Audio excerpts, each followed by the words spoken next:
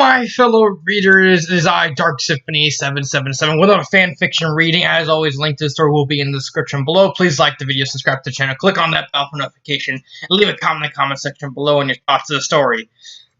So, the story I am doing a reading is called Castlevania, Sym-Pony of the Night. I wanted to do a crossover. It was one other story that I did a crossover of, well, that I'm probably going to record because I just think it's really weird. Hey, only in fanfiction where you get Trevor Belmont as Triple H. I don't know what to think of that story, so I don't know if I'm going to review it, if I'm going to do a reading of it or not. I'm not sure. I'll think about it. But anyway, I remembered that there were some Castlevania crossovers on FIMfiction.net, and I remember this story. It's either this or My Little Castlevania, but My Little Castlevania is like way too big to be a reading, so I'm doing this story. So, it is by Schrodinger Food, basically. I'm gonna spoil this. This is basically just rarity. Just being rarity. Apparently, rarity frequents Count Dracula's home Castlevania because reasons. Trust me when I say this is kind of a weird one. Not as weird as the Castlevania wrestling one. So let's get started. The Long Library. It is one of the quieter, more respectable locations within Castlevania. Relatively, I mean. It was still full of unspeakable undead horrors, but less so than in the rest of the castle. This is Dracula's home we're talking about. The room was adorned from floor to ceiling as far as the eye could see, with shelf upon shelf upon shelf of assorted books, some docile, others evil. A pillar of light suddenly appeared at the end of the hall, and a figure appeared from within. Alucard, the son of Lord Dracula, emerged from the shimmering light. He wore a jet black cloak and clothing, contrasting strongly with his aged white hair, with a sleek sword held in a scabbard by his side. He glanced behind him. As usual, the numerous tomes filled with ghoulish horror and hellish incarnations had become animated and bloodthirsty. He swiftly turned to face them, and with a slash of his sword, left them lifeless and powerless on the floor. He turned back and entered the inner sanctum of the library. His inner room was much less lavish and bright than the outer hall. The walls were colored a dark brown, with a single bookcase affixed to them. The entire room was lit by 2 candles hung on the walls. The master librarian sat within, scribbling a book at his desk. He also happened to be the weapons and armor keeper within the castle. He glanced up and noticed Alucard. "Ah, young master!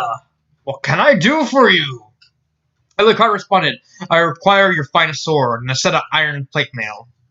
The master librarian nodded his head so broadly it could have easily been mistaken for a small bow. "Of course, young master. And how will you be paying for these?" I got cash. Loads and loads of cash." Alucard deftly retrieved a small sack from his person, which contained a beautifully cut garnet, in addition to several other dazzling gemstones. "These should suffice." "Excellent!" The master librarian smiled and shuffled back to retrieve his master's requested items. While Alucard waited, a small white creature walked into the room. He was puzzled. He had never seen nor thought any such creature within the walls of this castle. Aside from this, evil monsters never entered into the room of the master librarian. "Because you don't mess with an old man and his book! Get out of my library, you kids!" I can see the master librarian doing that, just being just a stereotypical old man. "See, get out my lord!" Where was I? Alucard's gaze focused on the white creature. It had 4 cloven hooves, a dull horn on top of its head, and a fine curly purple mane. And a pair of leather packs by his side. He assumed it was a horse of some sort. It clearly wasn't a human, much less a Belmont. Yes, because the creature took notice of his observation. She turned with a smile. "Hello there." Alucard's focus silently snapped away from the horse. "Smooth, Alucard. You fought all sorts of Lovecraftian beasts And you get spooked by a horse. Good on you! The Master Librarian returned.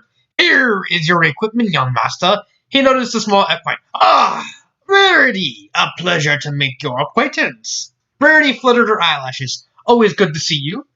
Alucard ignored the equipment for a moment. He asked the librarian, "Who is this?" She answered before the librarian. "My name is Rarity. I'm from Equestria, Ponyville, to be precise. And you are?" The young vampire had never heard of such a place. Not that it really mattered. He remained in silent thought for a moment before divulging his name, Alucard. Rarity turned to the librarian. "You're right, he isn't exactly a talkative one." He posed another question. "What business have you here?"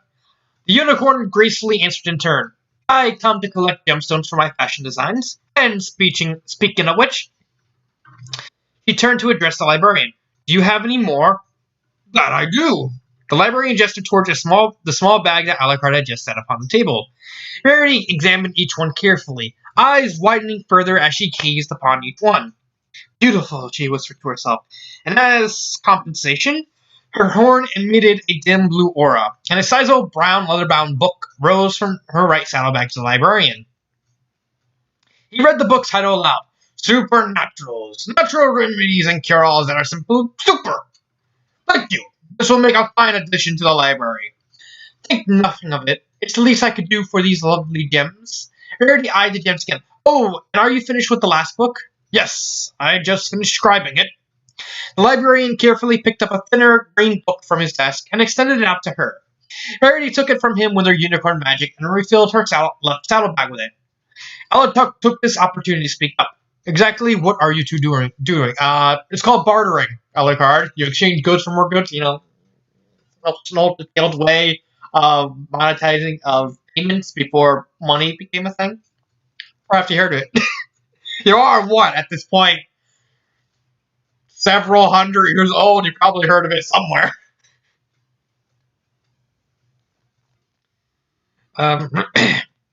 Rarity answered, "Oh, you didn't know? I collect gemstones from the Master Librarian here in exchange for the opportunity for him to copy some of the books from my local library." The librarian nodded in agreement. Alucard turned to him. "And you thought this irrelevant to tell me? I would have been interested to know that you see the precious gems I've been selling you." Before he had a chance to answer, Rarity's eyes widened and she spoke. "You're the one finding these gemstones? Oh, thank you. What, is Spike not good enough? Where's Spike? Are you like getting gems off the side? You dirty, dirty horse."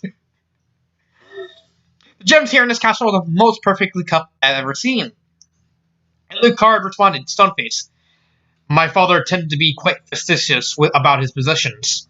Rarity was intrigued. "This is your father's castle?" Alucard nodded. Rarity saw an opportunity. "Could you maybe ask him where he got some amazing gems?" I don't think he would. Alucard sighed. "My father and I can no longer be considered family. In fact, I come here to kill him." "Don't worry, I do. I have. There's like people who do it all the time. He comes back from the grave, someone kills him. Comes back from the grave, someone kills him. It came from the back. He came from the grave like way too early, so I came to kill him because Belmont just went somewhere." Oh, Rarity was speechless. An awkward silence hung in the air. "Oh, I almost forgot." Rarity spoke up. "Master Librarian, I would like you to have this. Think of it as a token of my appreciation." She opened her right saddlebag, and out came a carefully folded black cloak in fine silk. The librarian politely accepted the gift. Thank you, Rarity. It looks wonderful." "Oh, but I haven't shown you the best part." Rarity deftly unfolded the cloak and slung it over her back. It silently turned a bright purple, matching the pony's name. It wasn't easy, but I had a friend of mine assisting me, and I managed to make a cloak that changes colors without a thought of the wearer. Wait a minute. Rarity made... What was the name of the cloak? Crap. I know the cloak. I'm just trying to remember the name of it. It was basically a cloak that was like 100,000 coin in Symphony of the Night. And if you buy it, you can actually go to the menu of the game and literally just change the color of Alucard's cloak to whatever you want. So you can change it like gold, silver, orange, black, white, everything. And that kind of actually plays a role if you have the bat familiar, because the bat wings actually become the color of the cape as well, which is actually pretty cool. Like, they should have brought that back in future Castlevanias. Just something cool. I don't remember what it's called. Joseph's cloak. Um, uh, yeah, that's what it's called. It's called a Joseph's cloak. The library thanked her profusely before she took her leave with her new bounty of gems, leaving him alone with Alucard. Alucard remained silent for a long moment, almost 2 moments. He then spoke sharply. How much for that cloak?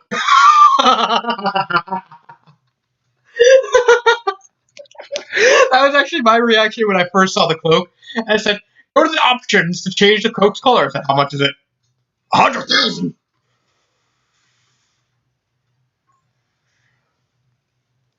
Oh, 30,000. Oh, it's 30,000. How much is it in the game? 1 second. I'm actually Joe.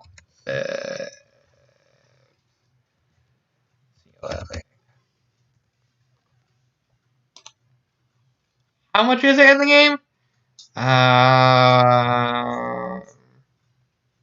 Oh, it's 30,000 coins. Okay.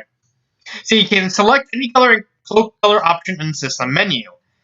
Yeah, that's a lot of money for. I think that was like the most expensive item in the game until you get the game, and then you get the multiplier, which is like, no, the multiplier is 100,000. Yeah, this is 30,000. That's the multiplier is 100,000. But yeah, that's a thing. 30,000. Wait, let me. Where was I? Oh yeah, right here. The librarian answered slyly. Well, it bears a powerful enchantment. I would place it at 30,000 gold pieces. Alucard stepped back. 30,000. Diamond the size of your fist costs less. He's not wrong. A diamond costs like in Symphony like a diamond is like 10,000. It's like 10,000. The librarian gave a smug. He watched the money. He's like, "I'm being greedy, bitch." Alucard scoffed, then turned and left the library. Days later, Alucard returned. Breathing heavily, he clutched a massive bag of gold pieces slung over his back. He dropped the sack on the floor in front of the librarian. "I knew you'd be back." The librarian smiled. Alucard ignored this remark. He pointed a single finger to the enchanted cloak hung humbly on the wall. "I'm interested in this."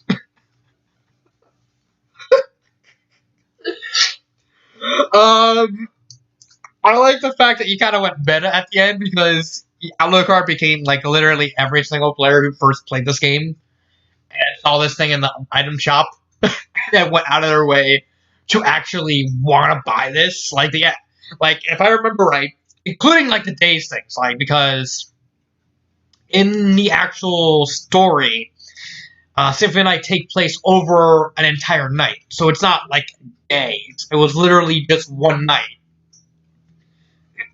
But it's referencing the fact that people would actually, when they first found out about the cloak, and they don't know about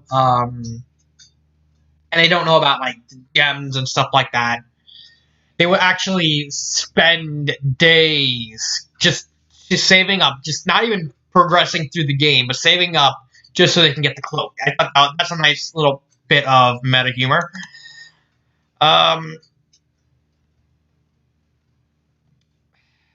What would I rate this one? I rated a 3. Mainly because I don't think it's simply not good enough to rate any higher. Maybe 3.5.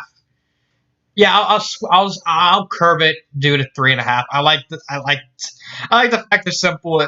It's like, as I thought, is actually a pretty funny explanation for why the Joseph's cloak's there. Let me actually see the comments. Along comes the Sonic Rain NATO. Oh god,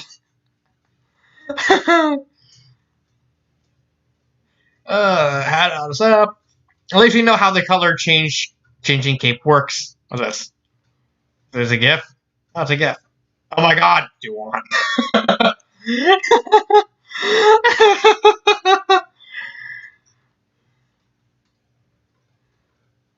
What's this?